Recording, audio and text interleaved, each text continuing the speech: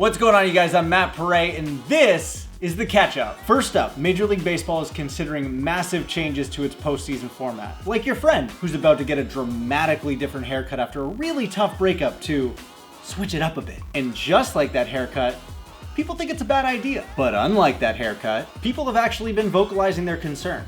Even players like Trevor Bauer and Didi Gregorius. But the rules are, number 1 seed gets a bye, number 2 seed picks their opponents from the 5, 6, and 7 seeds. 3 seed picks opponents from the remaining teams, and the 4th seed goes on a blind date with the last place team. So you have the Royals and the Rays, they go on that blind date. The Royals, they want to eat barbecue, and the Rays, they want to eat sushi. Everyone knows that there's no good sushi in Kansas City. So then you have them late for the game because they can't decide what to eat, and then Robert Manfred's pissed, so he decides to make the game only 3 innings, and then he's like, hey, that was a good idea, the game was really quick.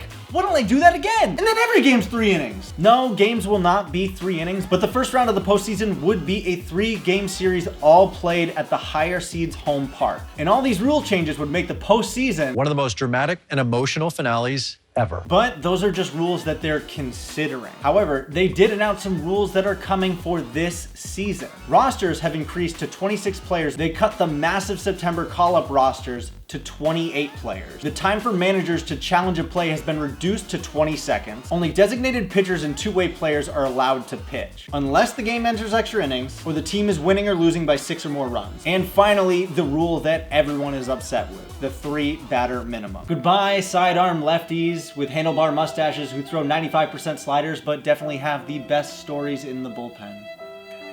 But last week was all about things that did happen, then didn't happen, and they ended up happening. The Mookie Betts and David Price trade happened, didn't happen, then did happen. But not before Jock Peterson and Ross Stripling were traded to the Angels and then de-traded back to the Dodgers. The Wilpons were about to sell the Mets to billionaire Steve Cohen. I found us a private equity solution. But ended up pulling out at the last second. People like the shape of this. Carolina says there's positive analyst noise. But after the proposed sale, the Wilpons wanted to remain in control for the next 5 years. Idiot. And Pete Rose thinks he deserves to be in the Hall of Fame. And so does Donald Trump. Donald Trump thinks that Pete Rose should be in the Hall of Fame. Not that Donald Trump thinks he should be in the Hall of Fame, but I'm sure that he thinks he should also be in the Hall of Fame. Mike Bolsinger, a pitcher whose Major League Baseball career ended after falling victim to the Astros sign-stealing scandal, is suing the team. And it's that time of year. Pitchers and catchers have officially reported for spring training. But what are your guys' thoughts on...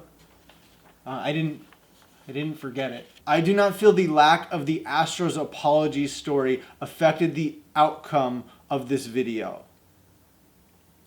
I believe this video did not need the Astros story in order to win a World Series. I mean, to be a quality video. Thank you. But what are your thoughts on the Astros apology video, the 3-batter minimum, anything that we talked about in this video? Let me know in the comments below.